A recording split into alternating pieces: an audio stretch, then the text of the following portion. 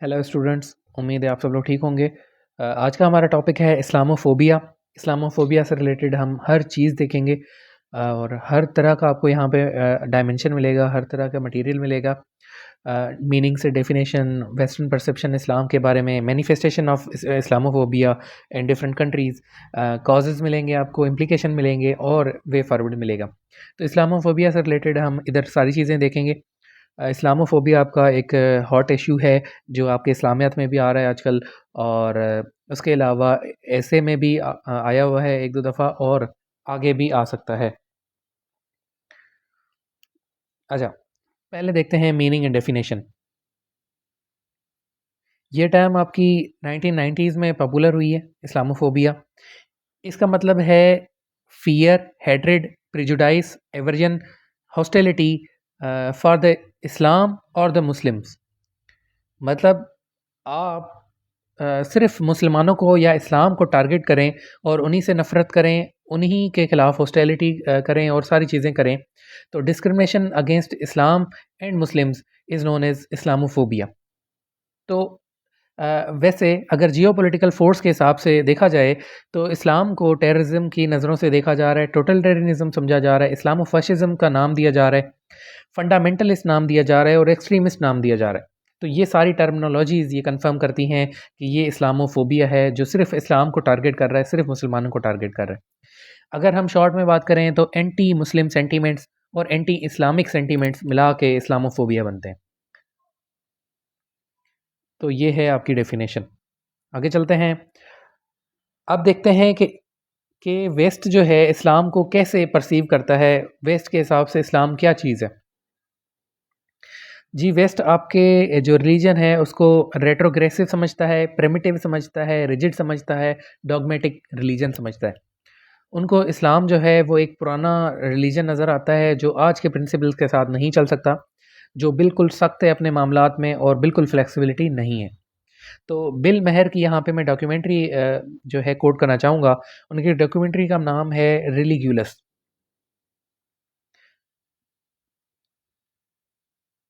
इस डॉक्यूमेंट्री में बिल मेहर ने इस्लाम को बिल्कुल ही बैकवर्ड शो कराया है। उन्होंने जो है देखा है कि ये इनकी नई डेवलपमेंट तो नहीं हो रही मुसलमानों की, उल्टा ये और बैकवर्ड आते जा रहे हैं, ये पुअर होते जा रहे हैं, आपस में इनकी मॉरल करप्शन होती जा रही है, मॉरल डिग्रेडेशन होती जा रही है और इनके जो सियासतदान हैं वो आपस में ही जो अपॉर्चुनिज़्म की गेम खेल रहे हैं। तो इस तरह से ये एक डॉक्यूमेंट्री उन्होंने बनाई है सिर्फ़ इस्लाम पे। दूसरा, Islam is a rigid and democratic because it rejects rationality. वो कहते हैं कि लॉजिक्स को इस्लाम बिल्कुल नहीं मानता। इस्लाम बस एक जो है हज़ारों साल पहले आपका जो है लिखा गया था और उसी को आप फॉलो किए जा रहे हैं। आज के जो नए प्रिंसिपल्स हैं उनको इनकॉर्पोरेट नहीं करते। ये आपका वेस्ट का परसेप्शन है आपके बारे में, इस्लाम के बारे में। हाउएवर यहाँ पे मैंने मेंशन किया है कि इजमा और इज्तिहाद टोटली रिजेक्ट करते हैं इस आइडिया को। हमारे इस्लाम में इजमा इज्तिहाद है कि हम नई चीज़ें, जो आने वाली चीज़ें हैं, मॉडर्न चीज़ें, वो हम इसमें डिस्कस करके उसके इस्लाम के नए प्रिंसिपल्स इसके थ्रू बनाते हैं जो कुरान और शरीयत में नहीं होते। नंबर दूसरा आर्गुमेंट देखते हैं। इस्लाम को जी वो इंटॉलरेंट रिलीजन समझते हैं और वो समझते हैं कि ये वायलेंस, टेररिज्म का दूसरा नाम है और बिल्कुल इंटॉलरेंट रिलीजन है।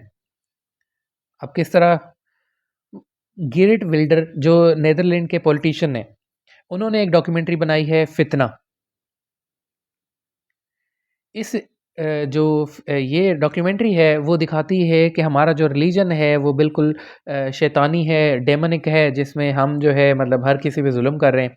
उन्होंने क्या किया है, सॉरी, ग्रेट विल्डर ने क्या किया है कि उसने पूरी हिस्ट्री में से, इस्लाम की हिस्ट्री में से मनपसंद कोई चीज़ें जो है ना चेरी पिकिंग करके उसने डिस्टॉर्टेड फैक्ट्स दिखाए हैं, तोड़-जोड़ के चीज़ें कि ये इस तरह हुआ था, तो इस तरह हुआ था, अपनी कहानी बना के उसमें से जो है वो थोड़े-थोड़े फैक्ट्स जो है उसने डाल दिए हिस्ट्री में से। तो ये मनगढ़ंत जो कहानी जो है गेरिट विल्डर ने जो है रची है, जिसका नाम उन्होंने फितना दिया है, वो बिल्कुल एंटी इस्लाम है। उसमें यही शो हो रहा है कि हम जो है वो वायलेंस जो है वो दुनिया में फैला रहे हैं, टेररिज़्म हमारी वजह से आया है। ओके। उसके बाद है कि जो वेस्टर्न पीपल हैं वो 9/11 के इंसिडेंट को कोट करते हैं। ये 9/11 है। 9/11 के इंसिडेंट को कोट करते हैं, आईएसआईएस के राइज़ को कोट करते हैं और ये कहते हैं कि दूसरे जो जिहादिस्ट चीज़ें चल रही हैं, आपकी सिपह साहबा, अंजुमन हिमायत इस्लाम और इस तरह से जो भी आपकी चीज़ें चल रही हैं, तो इन सब में जो है हमें वायलेंस नज़र आता है, इनमें टेररिज्म नज़र आता है। चूँकि ये सारी चीज़ें जो है मुसलमानों से एनरिच्ड हैं, तो हम जो है मुसलमानों पे ब्लेम देंगे। ओके, नंबर तीसरा आर्गुमेंट है कि considered misogynistic and oppressive towards woman. वो कहते हैं इस्लाम वुमन को बिल्कुल पसंद नहीं करता और वुमन पे जुल्म करता है। अच्छा, इसकी वो एग्जांपल्स क्या कोट करते हैं, वो कहते हैं सऊदी अरब में और ईरान में आपका कंपल्सरी जो है वो बुर्का और जो है आपका अबाया जो है पहनाया जाता है, लड़कियों की विल नहीं होती तब भी। ह्यूज जेंडर डिस्पैरिटी गैप्स हैं आपके मुस्लिम कंट्रीज़ में, वो इसको भी कोट करते हैं। वो कहते हैं कि वेस्टर्न कंट्रीज़ में इतना जेंडर डिस्पैरिटी गैप नहीं है जितना जो है मुस्लिम कंट्रीज़ में। नंबर तीसरी चीज़, वो मलाला यूसुफ़ज़ई को जो है कोट करते हैं। वो कहते हैं कि ये एक लड़की थी जो पाकिस्तान में एजुकेशन हासिल करना चाहती थी, पर इस्लाम में एजुकेशन, गर्ल्स की एजुकेशन को मना किया हुआ है, इसलिए इस पे जो है वो अटैक हुए। और ये हमारी बेचारी जो हमारी तरफ से गई हुई है, हमारी मासूम शहज़ादी, ये मानती है इस बात को कि हाँ ठीक है, हमारे मुल्क में जो है मुसलमान लड़कियों को पढ़ने नहीं दिया जाता। तो बड़ा अहम रोल है जी इनका अभी हमारी जो है बेइज़्ज़ती करवाने में। बहरहाल, नंबर हमारा चौथा आर्ग्यूमेंट है incompatible with pluralism and democracy and human rights. वो कहते हैं कि ये प्लूरलिस्टिक सोसाइटी के साथ बिल्कुल भी नहीं चल सकता, ये रिलीजन, ये डेमोक्रेसी के साथ नहीं चल सकता, ये ह्यूमन राइट्स के साथ नहीं चल सकता। प्लूरलिज्म कहते हैं आपका जहाँ पे मल्टी इथनिसिटीज़, मल्टी लिंगुअल जो है कम्युनिटीज़ रह रही हों, तो उस एरिया को, उस सोसाइटी को हम प्लूरल सोसाइटी कहते हैं। सिंगुलर सोसाइटी जहाँ पे सिंगल इथनिसिटी या सिंगल जो है आपके लैंग्वेज लिंगुअल पीपल रह रहे हो। प्लूरलिज्म जहाँ पे मल्टी जो है इथनिसिटीज़ रह रही हों। तो वो कहते हैं कि आप डेमोक्रेसी के साथ नहीं चल सकते। इनके पास हैं जी बर्नार्ड लेविस, ये इनके पास एक बड़े इंटेलेक्चुअल हैं इस्लाम के। उनको लगता है कि ये जो है इस्लाम को बिल्कुल इनसे ज़्यादा अच्छा कोई नहीं जानता, तो पूरा वेस्ट फॉलो करता है इनकी चीज़ों को, और इनकी चीज़ें इतनी मतलब वन साइडेड होती हैं और फजूल होती हैं कि आप कभी सर्च करें तो आपको खुद गुस्सा आएगा ये कह क्या रहा है। अच्छा, तो क्या कहते हैं कि ये बंदा क्या कहता है कि इस्लाम जो है वो अथॉरिटेरियनिज़्म और मोनार्की और डिक्टेटरशिप को सपोर्ट कर रहा है। ये बंदा ये आर्गुमेंट कर रहा है कि इस्लाम में डेमोक्रेसी नहीं है, इस्लाम में अथॉरिटेरियनिज़्म है, इस्लाम में मोनार्की है, डिक्टेटरशिप है। हालाँकि हमारे पास शूरा सिस्टम है, हम कंप्लीटली मानते हैं शूरा सिस्टम को। शूरा सिस्टम बेसिकली आपका ये रिप्रेजेंटेटिव डेमोक्रेसी है आज की, नया नाम दिया हुआ है सिर्फ़। तो शूरा सिस्टम तो हमने हज़ारों सालों पहले दे दिया था। तो ये बिल्कुल ये गलत बातें कर रहा है, बकवास कर रहा है। ओके, उसके बाद दूसरा मैं आर्ग्यूमेंट देना चाहूँगा कि जो मीसाके मदीना है, जो मदीना पैक्ट है हमारा, वो प्लूरलिस्टिक सोसाइटी के लिए तो बना था। वो यही तो था कि आपने जो है वहाँ पे अंसार, मुहाजिरीन और जितने भी यहूदियों के जो है थे तबके, वो सारे जो है मदीना में रहना चाहते थे और इन सब ने कहा कि ठीक है, हम सारे मिल के रहेंगे और जो भी हमारे शराइत होंगे वो इस मीसाके मदीना में लिख देते हैं। तो पहला दुनिया का सबसे पहला जो ह्यूमन राइट्स का डॉक्यूमेंट, जो प्लूरलिज्म का डॉक्यूमेंट है, वो दिया ही इस्लाम ने है। फिर ये बंदा कह रहा है कि जी आपके पास तो डिक्टेटरशिप है, मोनार्की है, अथॉरिटेरियनिज्म है। तो प्लूरलिस्टिक सोसाइटी में रहना ही इस्लाम ने सिखाया है आपको। ओके, आगे चलते हैं। अच्छा, फिर ये आर्गुमेंट दिया जाता है कि एलजीबीटी के अगेंस्ट है, लेस्बियन, गे, बाइसेक्सुअल, ट्रांसजेंडर, इसके अगेंस्ट है बिल्कुल जो है इस्लाम, और मुस्लिम कंट्रीज़ कहते हैं कि इसमें बैन लगाया जाए। अच्छा, हम कहते हैं अगर बैन लगाया जाए, मुसलमान कहते हैं अगर बैन लगाया जाए, तो आपका जो है वेस्टर्न कंट्रीज़ जिस तरह यूके है, उसने जो है एलजीबीटी को एक्टिव किया था, फिर इनएक्टिव कर दिया। रशिया ने 20 इयर्स एक्टिव किया था, फिर इनएक्टिव कर दिया। उन्होंने कहा कि इससे जो है ना बुरी चीज़ ही कोई नहीं दुनिया के लिए। तो ग्रीस है इस तरह। तो आपके पास बड़े एग्ज़ाम्पल्स हैं जो वेस्टर्न कंट्रीज़ भी हैं और जो इस्लामिक नहीं हैं, तो वो भी एलजीबीटी को एक्सेप्ट नहीं कर रहे। ये हमारे पास क्यों थोपा जा रहा है? नंबर 5वां आर्ग्यूमेंट है हमारे पास कि इस्लाम जो है एक्सपांशनिस्ट आइडियोलॉजी रखता है कि हमने पूरी दुनिया पे कब्ज़ा करना है, सारी लैंड हमारी है, और ये जो ग्लोबल डोमिनेशन का इस्लाम का है एक पहलू, वो जो है सारे रिलीजन को खा जाएगा। अच्छा, इन्होंने जो है जिहाद को एक गलत कॉन्सेप्ट किया है। ये कहते हैं जिहाद का मतलब ये है कि आपके सामने कोई भी है, बस आप उस पे मार के जो है चढ़ाई करके अपनी लैंड कर लें। पर जबकि हमें पता है कि सिर्फ जिहाद में हमारी डिफेंसिव अप्रोच रखी गई है, हम अटैक अटैक कर ही नहीं सकते। मुस्लिम कंट्रीज़ को ये कहा गया है अगर आप पे जंग लाज़मी हो जाए, फिर आप पे जिहाद जो है वाजिब है, फिर आप जो है जिहाद की तरफ से जाएँ। उसके भी 12-15 उसूल हैं आपके, कि अगर जो कंट्री का लीडर है, वो जो है वो आपका डिक्लेरेशन दे देता है कि हमने इस कंट्री के अगेंस्ट जिहाद करना है, और फिर भी हम जो है वुमन के साथ नहीं लड़ते, बच्चों के साथ नहीं लड़ते, बूढ़ों के साथ नहीं लड़ते, और जो आपके पेड़-पौधे हैं उनको डिस्टर्ब नहीं करते, आपका जो मालिक सॉरी, जो आपका ये है एनिमल्स हैं उनको डिस्टर्ब नहीं करते। तो हमारे तो जिहाद के बड़े अच्छे रसूल हैं, और हमारा है भी जिहाद जो है डिफेंसिव, कोई हमारा एक्सपांसिविस्ट जो है आइडियोलॉजी नहीं है। ओके, उसके बाद ये कह रहे हैं कि आपकी जो है ना मुस्लिम पॉपुलेशन बहुत ज़्यादा इंक्रीज़ करती जा रही है। मुसलमानों का ये एजेंडा है कि हम जो है वो एक दिन जो है मेजॉरिटी में हो। तो ये बात इनकी वैसे ही फ़ज़ूल है, दुनिया की हर एथनिसिटी चाहती है वो मिनॉरिटी से मेजॉरिटी में आए, उनकी पॉपुलेशन ज़्यादा हो। पर ये सोच के ही सिर्फ़ जो है ना मुसलमान पॉपुलेशन नहीं बढ़ा रहे, और भी रीज़न होंगी, और भी चीज़ें होंगी। मतलब ये तो बिल्कुल ही देख रहे हैं कि बस जो है ना इसी एजेंडा के साथ पूरे मुस्लिम उम्मत चल रही है। तो ये ओवरऑल गलत चीज़ है इनकी। अभी जो मैं आपको स्टेट्स अगर बताऊँ तो 35% क्रिश्चियनिटी है आपकी, 25% आपका इस्लाम है, 15% आपके हिंदुइज़्म है, 14% आपके जो है एथीज़्म है। बकाया मिला लें, बकाया जितना बचेगा वो जो है आपका क्या कहते हैं, मिक्स्ड रिलीजन है दुनिया के। तो वो कह रहे हैं कि इस 25% से जो है ना आप 35% को क्रॉस करना चाहते हैं, और आप दुनिया का मेजर रिलीजन बनना चाहते हैं। ओके। अब देखते हैं कि मैनिफेस्टेशंस क्या हैं इस्लामोफोबिया की, क्या हम इन पे सिर्फ इल्ज़ाम लगाए जा रहे हैं, क्या इन्होंने मुसलमानों के ख़िलाफ़ कुछ किया भी है। तो हम देखते हैं, एक एक कंट्री वाइज़ देखेंगे पहले, हम फिर जो है अलग अलग हेडर्स में तोड़ेंगे, क्योंकि किसी किसी ऐसे में आपको कंट्री वाइज़ भी लिखना पड़ सकता है। अगर आपसे पूछा जाता है कि जी पूरी दुनिया में आपसे इस्लामोफोबिया हो रहा है, तो आप कैसे बयान करेंगे, तो आप हेडर्स बना लेंगे कि यूएसए में इस तरह हो रहा है, नीदरलैंड में इस तरह हो रहा है, इंडिया में इस तरह हो रहा है, इस तरह। पहले यूएसए में देखते हैं। पीडब्ल्यू 2013 की रिसर्च कहती है कि 46% जो अमेरिकन्स हैं वो इस्लाम और मुस्लिम्स को नेगेटिव लाइट से देखते हैं। दूसरा हमारे पास आर्गुमेंट है ट्रम्प्स मुस्लिम ट्रैवल बैन। इन्होंने जो ट्रम्प साहब हैं इन्होंने 33 जो कंट्रीज़ हैं इनको बैन किया था, कि ये 33 जो कंट्रीज़ से लोग हैं वो हमारे पास यूएसए में नहीं आ सकते।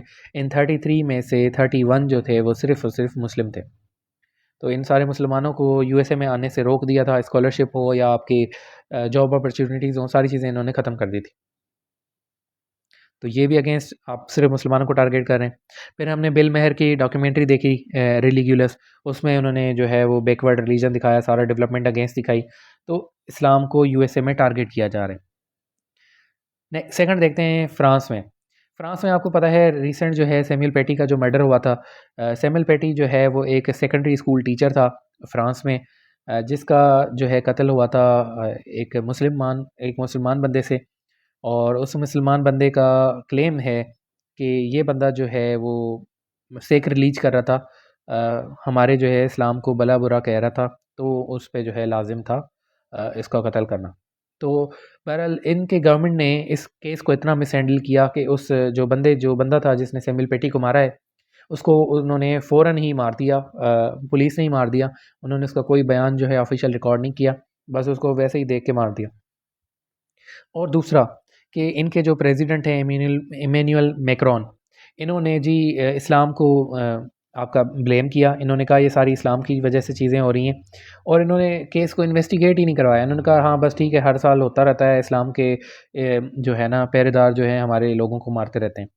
तो कि आप ठीक है, आप पहले प्रेसिडेंट नहीं थे, आपकी बातें और थी, अब आप प्रेसिडेंट हैं, आप पूरे फ्रांस की तरफ से बयान दे रहे हैं, तो ये किस तरह का आप बयान दे रहे हैं। तो इमैनुअल मैक्रोन ने जो है इस्लाम को एज रिलीजन इन क्राइसिस कहा था। फिर जो है इसी इंसिडेंट के फ़ौरन बाद आपकी बहुत सारी जो मस्जिदें हैं फ्रांस में बंद हो गई थी और बाकी जो मस्जिदें खुली थी उन पे स्ट्रिक्ट सर्विलेंस थी, वो प्रॉपर जो है उन्होंने फ़ौजी खड़े रखे थे। फिर आपको मैं बताना चाहूँगा चार्ली हेब्डो के बारे में। चार्ली हेब्डो मैगज़ीन देते होते हैं, ये कंपनी है जो एक मैगज़ीन इश्यू करती है। इस कंपनी जो मैगज़ीन इश्यू करती है उसमें कैरिकेचर्स होते हैं, उसमें मिमिक्रीज़ होती हैं, उसमें जो है आपके कार्टून्स छापे जाते हैं लोगों के। तो आप अक्सर देखते हैं ट्रम्प के कार्टून होते हैं, अक्सर देखते हैं कोई मतलब पॉलिटिशियंस के आपस में कार्टून होते हैं और बीच में कोई चीज़ मज़ाकिया लिखी होती है। तो चार्ली हेब्डो ने जो है हमारे नबियों की जो है वो कार्टून्स बनाने शुरू किए थे। उनका था इस तरह उन्होंने कहा था, डॉक्यूमेंट्री बनाना शुरू कर दी। तो इसको जो है मना किया गया था कि आप ये मैगज़ीन बनाएँ, पर जो है ये सेक रिलीजियस जो चीज़ें हैं ये ना करें। इस्लाम को अपोज़िट ना दिखाएँ और जो है हमारे पैगंबरों को मतलब इस तरह डिपिक्ट ना करें। पर ये अगेन, अगेन, अगेन अपनी मैगज़ीन्स में जो है वो पब्लिश करते रहते हैं और ये सारा ब्लेम जाता है फ्रांस को।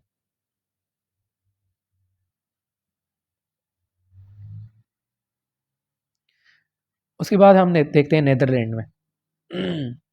नीदरलैंड में हम गैरेट विल्डर जो है ऑलरेडी देख चुके हैं कि ये जो है आपके उधर के पॉलिटिशियन हैं जिन्होंने एक पार्टी को फाउंड किया है, उस पार्टी का नाम है पार्टी फॉर फ्रीडम। इन्होंने 2017 के इलेक्शन में डिक्लेयर किया था, अपना पॉलिटिकल मैनिफेस्टो दिया था कि हमारी कंट्री का सबसे बड़ा अगर मसला है तो वो है इस्लाम, जो हमारे लिए एग्जिस्टेंशियल थ्रेट है, जो हमें ख़त्म कर सकता है, हमारी आइडेंटिटी को ख़त्म कर सकता है। तो एज़ अ पॉलिटिशियन आप इतना बड़ा कमेंट दे रहे हैं एक पूरी इथनिसिटी के खिलाफ, एक पूरे रिलीजन के खिलाफ, तो एक ओवरऑल बुरा इम्पैक्ट होता है। तो इनकी जो है दूसरी जो है डॉक्यूमेंट्री गैरेट विल्डर की फितना, वो भी अगेन यही प्रूव करती है कि ये जो है बंदा इस्लाम के एंटी है, बहुत घटिया बंदा है। ओके। उसके बाद इस्लामोफोबिया इन इंडिया। अच्छा, आपको हैरानी होगी इंडिया के बारे में सुन के कि इंडिया में भी इस्लामोफोबिया हो रहा है, मुस्लिम के अगेंस्ट जो है एक्ट दिए जा रहे हैं। अब मैं प्रूव करता हूँ। एमनेस्टी इंटरनेशनल आपकी कहती है कि 70% क्राइम्स जो 2019 के थे, जिसमें असॉल्ट था, रेप था, मर्डर था, वो सिर्फ मुसलमानों के खिलाफ की गए। 70% मुसलमानों के थे, 30% नॉन मुस्लिम्स के थे। तो आप देखें कि मुसलमानों के खिलाफ कितनी चीज़ें हो रही हैं इंडिया में। दूसरी चीज़ कि एंटी मुस्लिम आजकल रिटोरिक चल रहा है इंडिया में कि इनको भगा दें, इनकी वजह से हो रहा है, बाबरी मस्जिद की वजह से या जिसकी भी वजह से। बड़ा एक सेंटिमेंट्स जो है ना उनके मुसलमानों के खिलाफ हैं और बड़ी रिलीजियस परसिक्यूशन हो रही है उनके मुसलमानों की। ओके। उसके बाद है सिटीजनशिप अमेंडमेंट एक्ट 2019। ये एक्ट मोदी सरकार ने, कहाँ गया? ये एक्ट मोदी सरकार ने 2019 में दिया है, जिसमें इन्होंने डिक्लेयर किया कि पहली 31 दिसंबर 2014 के बाद हमारे कंट्री में जो भी आए हैं वो हमारी कंट्री में सिटीज़नशिप हासिल नहीं कर सकते। वो सारे रेफ्यूजीज़ निकल जाएँ, उनको हम जो है नहीं रखेंगे। और जैसे ही इन्होंने एक्ट निकाला था तो 30,000 जो थे वो इसके डायरेक्ट इमीडिएट जो थे वो रिस्पॉन्सिबल थे कि वो निकल जाने के लिए। तो इनमें से जो थे वो मेजॉरिटी थे मुस्लिम्स। तो उन्होंने एक्चुअली में मुस्लिम्स को टारगेट किया था। वो मुस्लिम जो बांग्लादेश से आए हुए थे, वो मुस्लिम जो नियर बाय जो इनके कंट्रीज़ हैं, उधर से आए हुए थे, रोहिंग्या से आए हुए थे। तो उनको इन्होंने पहले पनाह दी थी 2014 के बाद। अब जब वो सेटल हो गए हैं 10-12 सालों बाद, वो कहते हैं आप यहाँ से निकल जाएँ। तो ये एक बड़ी ख़राब चीज़ है। 2014 के बाद उन्होंने सारे नलीफ़ाई कर दिए थे कि हम कभी भी इनको सिटीज़नशिप नहीं देंगे। उसके बाद आप कश्मीर में देखें, मुस्लिम एरिया, मुस्लिम मेजॉरिटी का एरिया, वहाँ पे कर्फ्यूज़ हैं, लॉकडाउन्स हैं, उनकी जो है उनसे जो है रेफरेंडम नहीं कराया जा रहा। तो ये सारी चीज़ें भी यही शो करती हैं कि ये यहाँ पे भी इस्लामोफोबिया है। फिर सर्जिकल स्ट्राइक्स ऑन पाकिस्तान, ये तो खैर आपस में पाकिस्तान इंडिया लड़ते रहते हैं, ये इतना मेजर सबूत नहीं है। पर ये जो ऊपर वाली चीज़ें हैं, ये ख़ास जो है इन्होंने इस्लाम के अगेंस्ट चीज़ें की हुई हैं। ओके, उसके बाद न्यूज़ीलैंड। न्यूज़ीलैंड को हम पहले इस कैटेगरी में नहीं डालते थे, पर 2019 के जो है जो इनका ये एक बंदे ने अ,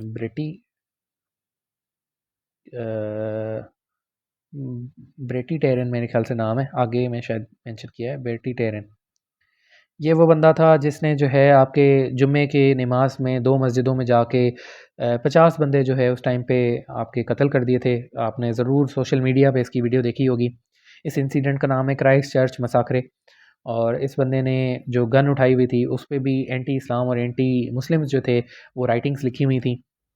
और न्यूज़ीलैंड को इसने पूरी तरह से एक दफ़ा हिला दिया था। जेसिंडा आर्डर्न उस टाइम की प्राइम मिनिस्टर थी, तो उन्होंने काफ़ी बयान दिए थे कि हम मुसलमान के अगेंस्ट नहीं हैं, पर उनके जो ये एक्ट थे वो सामने शो कर रहे थे। फिर मुसलमान कंट्रीज़ ने सारों ने जब ये लेटर इशू किए थे कि चलें आप नहीं हैं अगर एंटी मुस्लिम तो कम से कम ये जो बंदा है इसके खिलाफ सख्त एक केस चलाएं और पता करें कि ये किस ऑर्गेनाइजेशन से है और क्यों किया इसने, 50 बंदे क्यों मारे हैं जुमे की नमाज में। तो इन्होंने जो है ये केस जब चलाया है, आखिर में 2 साल के बाद 2021 में उस बंदे को पागल डिक्लेयर किया गया। कहा कि ये तो बंदा पागल है, इसको कुछ भी नहीं पता, ये मासूम है, इसको बस गन पकड़ा दी गई थी और बटन इसने दबा दिया और मुसलमानों के पास इसको छोड़ दिया गया था, तो बाकी पता नहीं किसने करवाया है, तो इस बंदे को जाने देते हैं। तो हर दफ़ा यही होता है कि जो भी इस्लाम पे अटैक करता है या उसको पागल डिक्लेयर करवा के और छुड़वा देते हैं। तो देख लिया आपने कितना न्यूज़ीलैंड जो है प्रो मुस्लिम्स है। ओके, अब हम देखते हैं कि इस्लामोफोबिया की क्या रीज़न्स हैं। मतलब चले हमने देख लिया कि सारे कंट्रीज़ ये इस्लाम को एंटी ले रहे हैं, मुस्लिम्स के ख़िलाफ़ जो है कानून पास कर रहे हैं और ये स्पीचेस दे रहे हैं, मीडिया में ख़िलाफ़ बोल रहे हैं।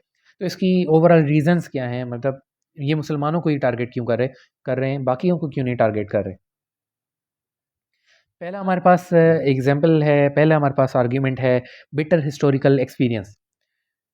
क्रूसेड्स के टाइम पे ये बहुत पुरानी बात है। पेन क्रूसेड्स के टाइम पे आपके इस्लाम और ये जो वेस्टर्न एम्पायर्स हैं इनकी आपस में वन ऑन वन जो है क्लैशेस चलते रहे हैं और इन्होंने एंडालूसिया, सिसिली, ईस्टर्न यूरोप के कंट्रीज़ में और पैलेस्टाइन के ये पैलेस्टाइन है, पैलेस्टाइन के होली लैंड में इन्होंने बड़ी लड़ाइयाँ की हैं आपस में। आपको पता है कि 1453 में आपका सीज़ कर दिया था इन्होंने कॉन्स्टेंटिनोपल मुसलमानों ने और यूरोप का पूरा रास्ता रोक दिया हुआ था और एशिया से और अफ्रीका से वो गुड्स भी परचेज़ नहीं कर पा रहे थे। वो तो इनको ब्लेसिंग डिस्गाइज़ थी कि वो जाके जो है एक्सप्लोर करते हैं और यूएसए मिल जाता है। बाद में जो है वो ट्रेडिंग बहुत आगे जाके वो एक राउंड होके एशिया से भी हो सकती है। तो ओवरऑल जो है इनके बेटर एक्सपीरियंसेस हैं इस्लाम के और जो है वेस्टर्न कंट्रीज़ के। अच्छा, उसके बाद अगर क्रूसेड्स के बाद देखें हम तो क्रूसेड्स के बाद कॉलोनाइजेशन जो मुसलमानों की हुई थी, आपके जो 50 से ज़्यादा मुस्लिम कंट्रीज़ को कॉलोनाइज़ किया गया था, वो सिर्फ़ वेस्टर्न पावर ने किया था। ऐसा तो नहीं था कि हमने जो है मुसलमानों ने जाके उधर जो है वेस्टर्न को अपना कॉलोनी बना लिया। हम जो पाकिस्तान है, वो कॉलोनी रह चुके हैं यूके के, ठीक है? तो यूके जो है अगेन वेस्टर्न पावर है आपकी। तो वेस्टर्न पावर ने ही मुसलमानों को कॉलोनाइज़ किया था। ये एक ज़्यादा बेटर सिचुएशन बन गई थी कि आज तक एग्ज़ाम्पल यही दिया जाता है कि आपने हमें कॉलोनाइज़ क्यों किया और दोनों के दरमियान क्लैशेज़ हैं। दूसरी हमारे पास चीज़ है ओरिएंटलिज़्म। ओरिएंटलिज़्म जी एक बंदे ने किताब लिखी है, एडवर्ड सेड नाम है बंदे का। उसके किताब का नाम है ओरिएंटलिज़्म। उसने एक नया कॉन्सेप्ट दिया है ओरिएंटलिज़्म का। वो कहते हैं वेस्ट जो है, आपके अरबिक जो पीपल हैं जो दाढ़ी रखते हैं, जो प्रॉपर मतलब वो ढीले-ढाले कपड़े और एंड तक जो है वो पहनते हैं। तो उस तरह के जो मतलब प्रॉपर वो ऊपर से कैप पहनते हैं, सारी चीज़ें। तो उन लोगों को वो लोग जो है वेस्टर्न पीपल को बिल्कुल बैकवर्ड लगते हैं, अनयूजुअल लगते हैं, अनसिविलाइज़्ड लगते हैं और डेंजरस लगते हैं। तो ये कहना चाहते हैं कि हमें जो आपका अरबों का कल्चर है, वो बिल्कुल भी नहीं पसंद और वो हमें बिल्कुल बैकवर्ड लगते हैं, वो बिल्कुल हमें पागल लगते हैं, वो इस तरह से डेंजरस लगते हैं, अनसिविलाइज़्ड लगते हैं। तो इस सारी फ़िलॉसफ़ी को मिला के उन्होंने नाम दिया ओरिएंटलिज़्म कि वेस्टर्न पॉलिटिकल एजेंडा है कि हमने मुसलमानों को डोमिनेट नहीं करने देना। ये हमारा दूसरा आर्गुमेंट है कि ओरिएंटलिज़्म से ये कहा गया है मतलब ओरिएंटलिज़्म से ये साबित होता है कि वेस्टर्न कंट्रीज़ जो है, उनका पॉलिटिकल एजेंडा यही है कि हम मुसलमानों को डोमिनेशन ना हासिल करने दें। क्यों ना हासिल करने दें? क्योंकि वो बैकवर्ड हैं, अनसिविलाइज़्ड हैं, डेंजरस हैं, अनयूजुअल हैं। तीसरा हमारा आर्गुमेंट है bulging Muslims immigrants in the West. अच्छा वेस्ट में जो है वो हमारे मुसलमान बढ़ते जा रहे हैं, तो उनको शायद उससे भी फ़ियर हो रहा है कि ये एक दिन हमें डोमिनेट कर लेंगे और जो इस्लाम का कल्चर है वो उधर वेस्टर्न कंट्रीज़ में फैलता जा रहा है। आप आए दिन देखते हैं कि पता चलता है कि मौलाना तारिक जमील ने जो है वो 1000 बंदा जो है नीदरलैंड में मुसलमान कर दिया। यूएसए में जो है 2000 बंदे मुसलमान हो गए। तो ये सारी चीज़ें जो हैं वो इधर से जाके उधर जो आपकी ये चलती होती है मतलब तबलीग वगैरह जो चलती होती है आपकी, तो ये उनको जो है इससे डर लगता है कि कल को जो है इनका अपनी जो क्रिश्चियनिटी है वो ख़त्म होती जाएगी और इस्लाम जो है वो फैलता जाएगा। तो इस मुसलमानों के बढ़ने से उनको खतरा हो रहा है। कैसे मुसलमानों के बढ़ने से खतरा? यहाँ पे मैं कुछ स्टेट्स देना चाहूँगा। सिप्रस जो है, जो आपके टर्की के साथ है, ग्रीस के साथ है, उसके पास 25% जो है मुस्लिम पॉपुलेशन है, जो यूरोप की मतलब सबसे ज़्यादा मोस्ट मुस्लिम पॉपुलेटेड एरिया है। यूरोप में किसी के पास सबसे ज़्यादा मुसलमान हैं तो वो सिप्रस है। दूसरे नंबर पे फ्रांस है 9%। और पीडब्ल्यू रिसर्च कहती है कि 2050 में मुसलमान जो हैं वो इससे डबल हो जाएंगे। मतलब कि अगर ये 25% है तो ये 50% हो जाएगा 2050 में, और ये 18% हो जाएंगे। तो इतनी ज़्यादा तेज़ी से इनके पास पॉपुलेशन बढ़ रही है मुसलमानों की, तो ये शायद उससे भी डरे हुए हैं। चौथी रीज़न है कि जो हमारे पास फार राइट वाइट सुपरमेसिस्ट हैं, जो सिर्फ जो है वाइट अपना एजेंडा फैलाना चाहते हैं, वो बाकियों को बिल्कुल कुछ नहीं समझते। तो वो भी इस्लाम के ख़िलाफ़ अलग अलग गलत गलत चीज़ें कर रहे हैं, जिसमें वाइट सुप्रीमेसिस्ट में हम ट्रंप का एग्जांपल दूंगा मैं, गेरेट विल्डर नीदरलैंड का, और मोदी इन इंडिया। हम तीनों कंट्रीज़ को देख चुके हैं और तीनों कंट्रीज़ के टाइम पे हमने इन तीन पॉलिटिशियंस को देखा था। तो ये तीनों जो पॉलिटिशियंस हैं वो आपके रिलीजियस कार्ड्स खेलते हैं अपनी जो है अपने वोट्स बनाने के लिए, पॉपुलेशन को घेरने के लिए। ये सिर्फ इस्लाम का कार्ड यूज़ करते हैं कि एंटी इस्लामिक और सारी चीज़ें। तो ट्रंप का मुस्लिम ट्रैवल बैन देखा था हमने, गेरेट विल्डर की जो है डॉक्यूमेंट्री देखी थी हमने, रिलीजियस। और मोदी जो है उसकी 10 से ज़्यादा पॉलिसीज़ हैं इस्लाम के खिलाफ। तो वो भी हम हिंदुत्व आइडियोलॉजी जो है वो प्रमोट करना ही इटसेल्फ जो है वो इस्लाम के अगेंस्ट है। तो ये सारी चीज़ें जो है वो वाइट सुप्रीमेसिस्ट हैं, जो ये जो है इसको एजेंडा को लेके चल रहे हैं। ओके। उसके बाद है कि मुसलमानों का आपस का जो ब्रदरहुड का बॉन्ड है वो इतना अच्छा नहीं है, तो बाहर वाले जो वेस्टर्न कंट्रीज़ हैं वो इसको एक्सप्लॉइट कर रहे हैं। हम जो है एज अ मुस्लिम बहुत ज़्यादा सेक्ट्स में बटे हुए हैं। हमारे मतलब जैसे कि 72 फ़िरके होने हैं, तो समझें कि 72 फ़िरके हो गए हैं। और ये इतना सेक्टेरियनिज़्म है, आपस में हम इतना डिवाइड हो गए हैं कि उनके लिए रूल करना आसान है। तो divide and rule policy again चल रही है आप पे। और सेक्टेरियनिज़्म की वजह से 2 हमारे पास एक विंग्स बन गई हैं। एक सऊदी कैंप है और एक ईरानी कैंप है हमारे पास। हम जो है पाकिस्तान जो है सऊदी कैंप में लाया करता है। हमने बड़ी कोशिश की है कि बैलेंस्ड अप्रोच रखें सऊदी और ईरान के बीच में, पर जब भी ऐसा कोई मौका आया है हमने सऊदी की तरफ लीन किया है मक्का मुकरमा की वजह से, मदीना शरीफ की वजह से। तो ईरान की कैंप में आपके पास टर्की है, फ़िलिपाइन है, और यहाँ पे जितने भी आसियान के कंट्रीज़ हैं, जो मुस्लिम कंट्रीज़ हैं, वो जो है आपके पास ईरान के साथ हैं। ओके, हमारा आपस में बॉन्ड वीक है, इसलिए इस वीक बॉन्ड को जो है बाहर वाले एक्सप्लॉइट कर रहे हैं। आगे चलते हैं। नंबर हमारा छठा आर्ग्यूमेंट है कि मीडिया वारफेयर हो रहा है इस्लाम के अगेंस्ट। इस्लाम जो है, इस्लाम मुसलमानों ने शायद इतना भी बुरे अमल नहीं किए कि उसको इतना ज़्यादा जो है बुरी तरह से पोर्ट्रे किया जा रहा है। हिस्टोरिकल एक्सपीरियंसेस आपके होंगे, पर मीडिया जो है आपका बिल्कुल अगेंस्ट शोर कर रहे हैं। जो हमने बात की थी ये अभी न्यूज़ीलैंड के बारे में कि ब्रिटेन टेरेंट जो थे, ब्रिटेन टेरेंट जो था उसने 17 मिनट की वीडियो जो है फेसबुक पे अपलोड की कि उसने 50 बंदे जुम्मे वाले दिन 2 मस्जिदों में बंदे मारे मुसलमान। तो ये जो है आपकी यहाँ पे सोशल मीडिया फ़ेसबुक वगैरह जिस तरह है, इनको फ़ौरन से चाहिए था कि इस वीडियो को बंद कर देते, पर हमने देखा कि तकरीबन 1 महीने तक ये वीडियो डिलीट नहीं हो रही थी। और तकरीबन इनका गोल था, मतलब फ़ेसबुक वालों ने एक तरह से एजेंडा उठाया हुआ था कि हमने ये पूरी दुनिया को दिखाना है कि फिर ये क्वेश्चन रेज़ करना है कि इस्लाम के खिलाफ़ क्यों हो रहा है। मतलब एक इश्यू क्रिएट करना है, फिर इश्यू का जो है ना सॉल्यूशन बनाना है, और फिर वेस्ट को जो है और तरक्की दिलवानी है। तो मतलब आप जो है बैठे हुए हैं फेसबुक वाले, तो इसको बंद कर देना चाहिए था, इस वीडियो को डिलीट करना चाहिए था, पर नहीं, देखिए डॉक्यूमेंट्री दिखानी है इन्होंने। ओके। अच्छा, ऐसा नहीं है कि बिल्कुल हम दूध के धुले हुए हैं। हमारे अपने जो मिसडीड्स हैं मुसलमानों के, उन्होंने भी जो है इस्लाम के नाम पे बहुत ज़्यादा शेम क्रिएट की है। मुस्लिम जो हमारे रूलर्स हैं बहुत ज़्यादा मॉरली करप्ट रहे हैं, और इस ख़ास करके 20वीं सेंचुरी और 21st सेंचुरी में इन्होंने जो है लीडरशिप को बिल्कुल गंदे तरीके से चलाया है। हमारे पास डिक्टेटरशिप वाक़ई बहुत ज़्यादा थी। तो हमारे मुस्लिम कंट्रीज़ की डिक्टेटरशिप को देख के वो ये समझ रहे हैं कि शायद हमारे इस्लाम में है ही ये, हमारे इस्लाम में डेमोक्रेसी है ही नहीं। आपके जितने भी अरब कंट्रीज़ हैं, वहाँ पे डिक्टेटरशिप रही है, और इनको जो है वेस्टर्न कंट्रीज़ का एजेंडा था कि यहाँ पे डिक्टेटरशिप ख़त्म की जाए। तो काफ़ी कंट्रीज़ में अभी तक नहीं हुई। जो सऊदी में इटसेल्फ जो है वो किंगडम है, और ईरान में देखें शरिया लॉ है, और सारा कुछ मतलब कि उनका जो है वो डिक्टेटरशिप है, थियोलॉजी है ईरान में। ओके। तो मुसलमानों के अपने भी करतूत ऐसे हैं जिनकी वजह से जो है हम उन पे भी ब्लेम इतना नहीं कर सकते।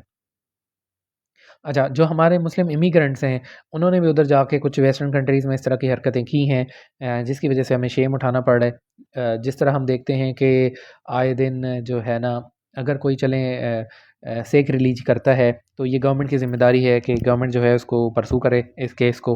पर जो है हमारे मुस्लिम भाई जो हैं वो शायद ज़्यादा इसको सीरियस ले लेते हैं, और वो अपने हाथ में मामला उठा लेते हैं और बिल्कुल ही उसको ख़त्म कर देते हैं। वो शायद उस बंदे से एक से बदला तो ले लेते हैं, पर ओवरऑल जो उसका सेंटीमेंट था और ओवरऑल जो उसका आइडियोलॉजी थी, वो पूरी दुनिया में फैला देते हैं। मतलब खुद से फैला देते हैं। उसका इतना शायद इम्पैक्ट ना होता, पर उसको मार देने से उससे ज़्यादा इम्पैक्ट हो गया कि मतलब उसकी बात ज़्यादा फैलेगी। ओके। और हम जो है एज़ अ मुस्लिम जो है इस्लाम को बिल्कुल भी ट्रू स्पिरिट में फ़ॉलो नहीं करते, तो इसलिए भी जो है हमारी तरफ से लैक्स है। फिर हमारे पास हंटिंगटन का क्लैश ऑफ सिविलाइजेशन है। हंटिंगटन कहता है कि आपका वेस्ट का कल्चर और आपका जो है इस्लामिक कल्चर यानी ईस्ट का कल्चर, वो हमारे ईस्ट के कल्चर में चाइना को भी मिला रहा है जो मुसलमान नहीं है, वो बाकी कंट्रीज़ को भी मिला रहा है। वो कहता है कि वेस्ट का कल्चर बिल्कुल ही डिफरेंट है ईस्ट के कल्चर से। तो जब कल्चर का क्लैश होगा तो सिविलाइजेशंस आपस में लड़ेंगी। वो कहता है कि ये सिविलाइजेशन दोनों बिल्कुल अलग हैं, और इन सिविलाइजेशन का आगे चल के क्लैश होना है, क्योंकि जब भी दो दो मेजर जो सिविलाइजेशंस हैं वो आपस में ग्रो करती हैं, और एक डेवलपिंग होती है एक डेवलप्ड होती है, तो आपस में उनका क्लैश होता है, जो हमने थ्यूसिडिडाइड ट्रैप में देखा था। तो ये सॉर्ट ऑफ वही बात करना चाह रहे हैं कि दोनों इस्लाम और वेस्ट में क्लैश चल रहा है, जो जिस पे जो है ना हमारी बेनज़ीर 2008 में सॉरी 2007 पता नहीं 6 में इन्होंने कोई स्पीच भी दी है, यूट्यूब पे आपको मिल जाएगी, कि उन्होंने बिल्कुल इसकी मुखालफत की है कि कोई जो है क्लैश ऑफ सिविलाइजेशन नहीं है, हम कोऑपरेशन में रहना चाहते हैं, हम कंपटीशन नहीं चाह रहे। तो बहरहाल बड़े मुसलमानों ने फिर इस पे अपने कमेंट्स दिए थे कि ये बिल्कुल गलत चीज़ है। फिर हम देखते हैं कि इन जो है इस्लामोफोबिया से क्या इम्प्लिकेशंस होती हैं, ओवरऑल मसाइल क्या प्रोड्यूस हो रहे हैं। मतलब एक मसला तो आप सबको भी दिख रहा है कि मुसलमान जो है वो बहुत ज़्यादा ओवरऑल परसिक्यूशन हो रही है, हमारे रिलीजन को ख़राब किया जा रहा है, हमारे मुसलमानों पे जो है वो जुल्म किया जा रहा है और हमें ही गंदा ठहराया जा रहा है। तो एक तो ये इम्प्लिकेशन है, उसके बाकी क्या है चीज़ें हैं वो देखते हैं।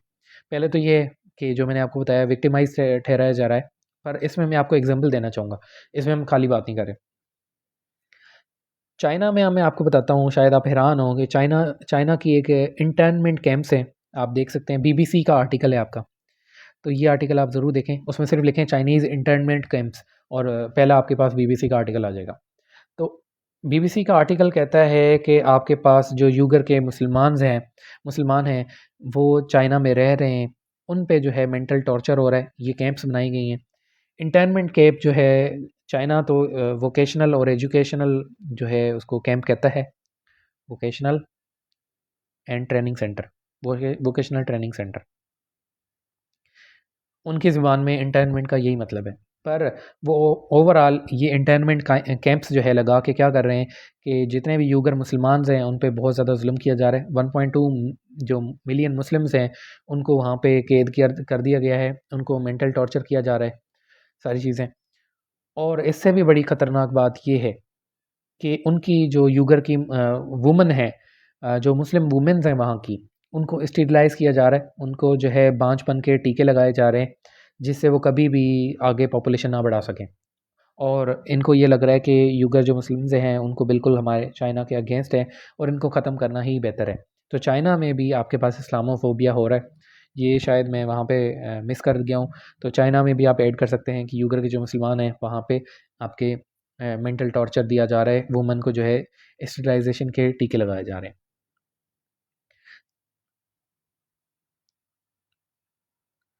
ओके, उसके बाद रोहिंग्या कम्युनिटी म्यांमार में इसी तरह जो है उनको भी रिलीजियस परसिक्यूशन का शिकार हो रहे हैं। तो ओवरऑल जो हमारी मुस्लिम मिनॉरिटीज़ हैं वो विक्टिमाइजेशन का शिकार हैं ओवरऑल ग्लोब में। यूगर के मुसलमान देख लें या रोहिंग्या जो है म्यांमार के रोहिंग्या कम्युनिटी देख लें, तो मुस्लिम हर जगह जो है इस तरह परसिक्यूट हो रहे हैं।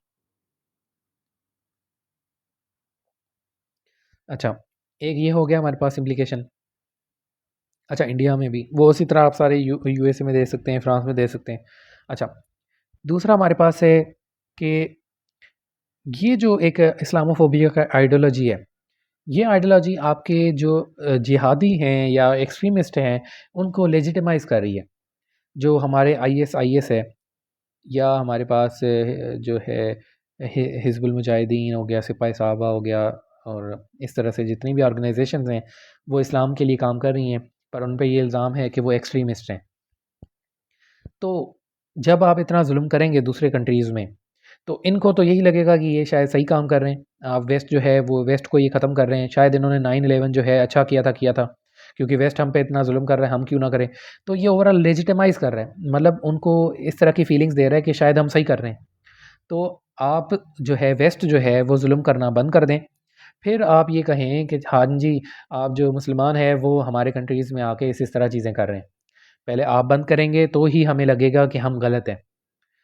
पर हमें अब क्या लग रहा है कि अगर हमारे बंदे जो है उधर जाके बम गिराते हैं तो हमारे लिए अच्छा है, चलें ठीक है, उनके बंदे मर गए, क्योंकि हमारे पास भी वो कर रहे हैं, हम वो सबक सीखेंगे।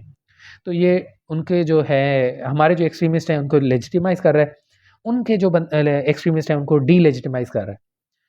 दूसरा इम्प्लीकेशन ये था। तीसरा इम्प्लीकेशन हमारे पास ये है कि इस्लामोफोबिया तो हो रहा है, पर इसके बरअक्स देखें तो वेस्ट फ़ोबिया भी हो रहा है मुसलमान वर्ल्ड में। वेस्ट फ़ोबिया कैसे? हमारे जो मुस्लिम कंट्रीज़ हैं, वो वेस्ट से बहुत ज़्यादा फ़ियर करते हैं। वो डरते हैं आपसे, वेस्ट से। वो जो है काफ़ी कंट्रीज़, मतलब देखें हमारे जुमे के जो है नमाज़ों में जो है ना, वो अमेरिका के ख़िलाफ़ जो है वो बड़ी दुआएँ हो रही होती हैं कि तबाह हो जाए, गर्क हो जाए, बर्बाद हो जाए। तो ये कहाँ से आए हैं सेंटिमेंट्स? ये इसी जगह से सेंटिमेंट्स आए हैं कि वो ओवरऑल जो है वेस्ट फ़ोबिया क्रिएट हो गया है। हमें वेस्ट से डर डर लगने लगा है। हम जो है उनकी सारी मीडियाज़ को वगैरह को सेंसर करने लगे हैं। हम चीज़ें देख के उनकी जो है वो अलाउ करते हैं अपनी कंट्री में, क्योंकि वो बिल्कुल अलग चीज़ें चला रहे हैं। तो इस्लामोफ़ोबिया से, मतलब उनको इस्लाम से डर लग रहा है, हमें वेस्ट से डर लग रहा है। तो ये हम एक-दूसरे से डर ही जा रहे हैं। तीसरा हमारा इम्प्लीकेशन ये था। चौथा हमारे पास इम्प्लीकेशन है कि ओवरऑल जो प्लुरलिज़्म है और डाइवर्सिटी है, वो ख़त्म हो रही है। देखिए, मल्टी कल्चरल सोसाइटीज़ जो थीं, जहाँ पे मुसलमान पहले रहते होते थे, जिस तरह म्यांमार में हमने देखा या जिस तरह हमने चाइना में देखा, तो वहाँ पे आप देखें कि मुसलमानों को हटाया जा रहा है, बिल्कुल ख़त्म किया जा रहा है। या इंडिया में देखें सिटीज़नशिप अमेंडमेंट एक्ट सीएए 2019, ये जो है आपके इंडिया के मुसलमानों को ख़त्म किया जा रहा है। तो ओवरऑल इसमें क्या हो रहा है? इसमें ये हो रहा है कि आपके प्लुरलिस्टिक सोसाइटी ख़त्म की जा रही है। डाइवर्सिफ़िकेशन को आप जो है ओवरऑल जो है डिग्रेड कर रहे हैं। आप कह रहे हैं कि एक सिंगल जो है वो कम्युनिटी हो, इंडिजीनियस कम्युनिटी हो सिंगल, बस उसमें जो है प्लुरलिस्टिक तड़का ना हो। तो चौथा इम्प्लीकेशन यही। अब देखते हैं कि वे फॉरवर्ड क्या है। वे फॉरवर्ड जी हमारा सिंपल है। हम ये कहते हैं कि ओआईसी और यूएन जनरल असेंबली में इंटरनेशनल ऑब्लिगेशन बहुत ज़्यादा बढ़ाई जाए और ये कहा जाए कि रिलीजियस इंटॉलरेंस जो भी करेगा कंट्री, तो उस कंट्री के ख़िलाफ़ जो है वो आईसीजे में मुकदमे चलेंगे और उसको जो है सीरियस नज़रों से देखा जाएगा। हम देखते हैं यूनाइटेड नेशन ने सारे गोल पकड़े हुए हैं फालतू के, मतलब वुमन पे भी देख रहे हैं, चिल्ड्रन पे भी देख रहे हैं, नशाइयों पे भी देख रहे हैं। मतलब कौन सा गोल है जो उन्होंने नहीं उठाया? पर उन्होंने आज तक रिलीजियस इंटॉलरेंस गोल ही नहीं उठाया। वो चाहते हैं शायद, या शायद वेस्ट चाहता है कि हम लड़ते ही रहें। तो यूनाइटेड नेशन में भाई आप रिलीजियस इंटॉलरेंस की बात करें, उधर जो है इनके जो है क्लॉजेस ऐड करवाएं। ओआईसी में जो है रिलीजियस इंटॉलरेंस की बात की जाए कि अगर नीदरलैंड में ओवरऑल कोई भी चीज़ ख़राब हो रही है तो एज ओआईसी पूरे मुसलमान कम्युनिटी को, उम्मत को वो रिप्रेजेंट करें और ओवरऑल जो है एक क्रिटिसाइज़ करें कि ये आपने क्या किया है। पर हम देखते हैं कि ये सारे कंट्रीज़ अलग-अलग डरते रहते हैं, हमने क्या कहना है, क्या कहना है, वो तो पेट्रोन तो अगला को हमारा फ्रांस से जो है ट्रेड चलेगी, हमारी सारी चीज़ें ख़त्म हो गई जाएंगी। तो ये जो हमारे पास बम है वो क्यों क्यों रखा है आपने पास? वो मतलब आपके पास पावर है, आप बोलें, आप कहें उनको। ओके, उसके बाद है need of dialogue among civilisations. अगर हमारे पास क्लैश ऑफ सिविलाइजेशन है तो ये डायलॉग से ही ख़त्म हो सकती है। आप सिविलाइजेशन में आप यूएन के थ्रू या किसी और मल्टीलेटरल ऑर्गेनाइजेशन के थ्रू, वर्ल्ड बैंक करवा लें, कोई और करवा लें, सारे कंट्रीज़ के जो है आप जो है मुस्लिम हेड्स को भी बुला लें, आप उनके प्रेसिडेंट या प्राइम मिनिस्टर को भी बुला लें और एक ओवरऑल डायलॉग हो जाए कि ये हमारे कंट्रीज़ में इस्लामोफोबिया या वेस्ट फोबिया क्यों हो रहा है, तो इस पे बात की जाए।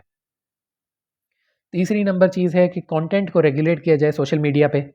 फेसबुक पे अगर इस तरह की वीडियोस अपलोड हो रही हैं जो सेक्रेड रिलीजियस चीज़ हैं, हम आए दिन देखते हैं कि कुरान पाक को नाउज़ुबिल्लाह जो है वो जलाया जा रहा है और वो वीडियो जो है वो सालों से चल रही है। सोशल मीडिया उसको डिलीट ही नहीं कर रहा।